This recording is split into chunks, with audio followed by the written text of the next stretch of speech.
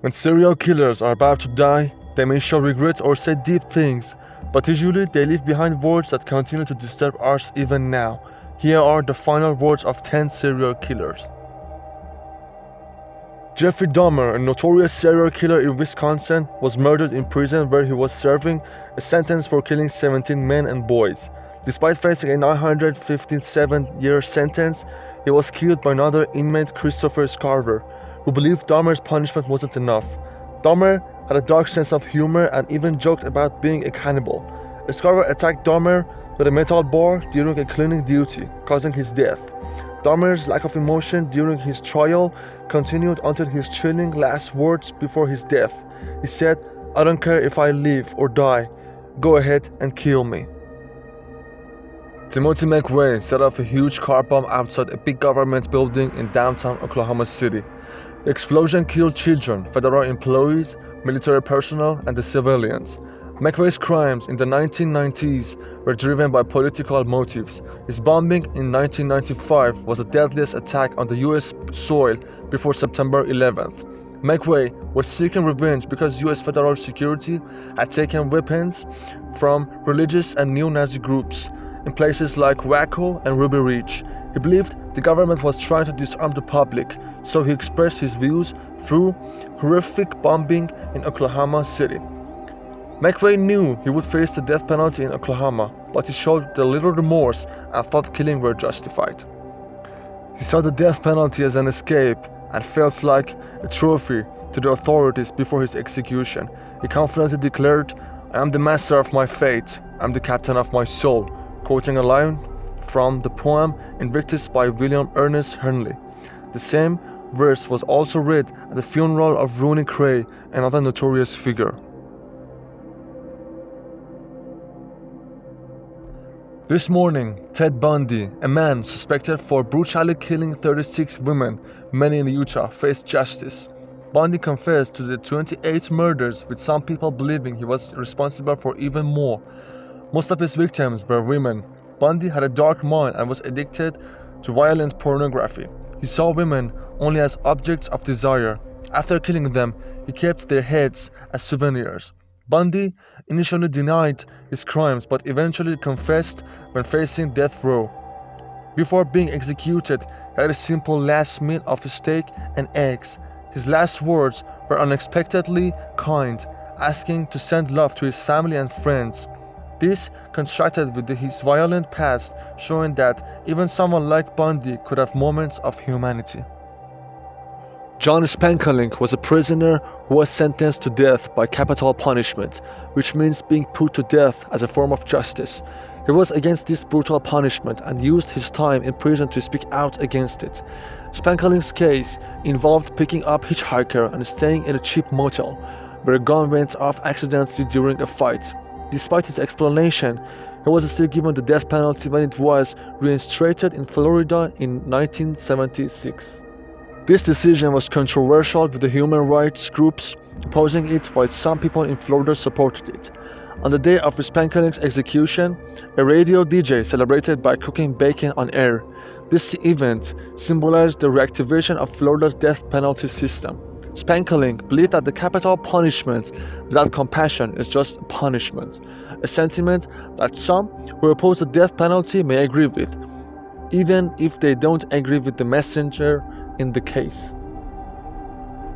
Robert Charles Comer was a serial killer who was not very good at expressing himself.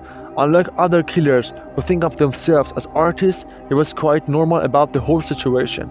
Comer was surprisingly calm when he received the death penalty.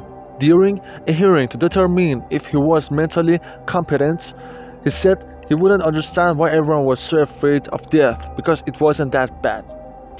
He also showed some regret for his actions, even though he initially fought against being executed.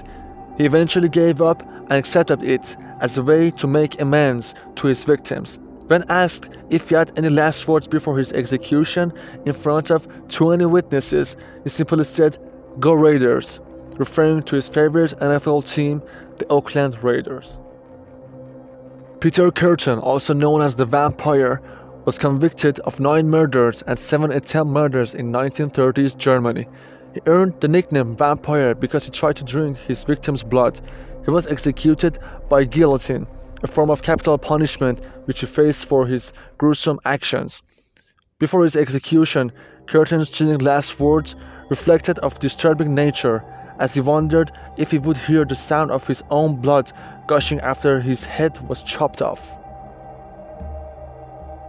Karl Panzram was accused of committing 21 murders, over 1,000 sexual assaults, and around 1,000 robberies and arsons. Despite his seriousness of his crimes, he showed no remorse. When he was sentenced to death, he expressed eagerness to be executed either by electric chair or hanging, comparing to a wedding celebration.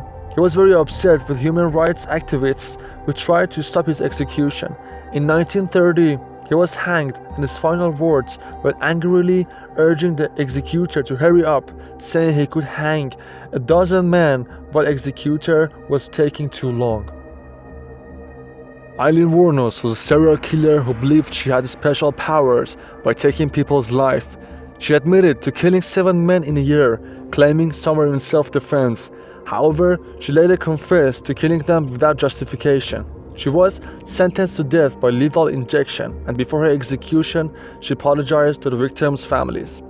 Her final words suggested she thought she was like the second coming of Christ, but she did not return as she had predicted on June 6. Thomas J Grasso committed terrible crimes in 1995 by using Christmas tree lights to strangle an 85-year-old woman and later an 81-year-old man, stealing his social security check. However, he is most known for his last words before his execution. On death row, inmates can choose their final meat, often extravagant like steaks and lobsters, but Grasso's last meal was extensive, including 25 steamed mussels, 25 steamed clams, a Burger King double cheeseburger, 6 barbecued spare ribs, 2 large milkshakes, spaghettios with meatballs, half a pumpkin pie, and strawberries with cream. The chef misunderstood his order, giving him a spaghetti instead of spaghettios with meatballs. Grasso felt this was unfair and expressed his disappointment in his last words, saying, "I did not get my spaghettios, I got spaghetti. I want the press to know this." Albert Fish was a very bad man who lived in early 90s.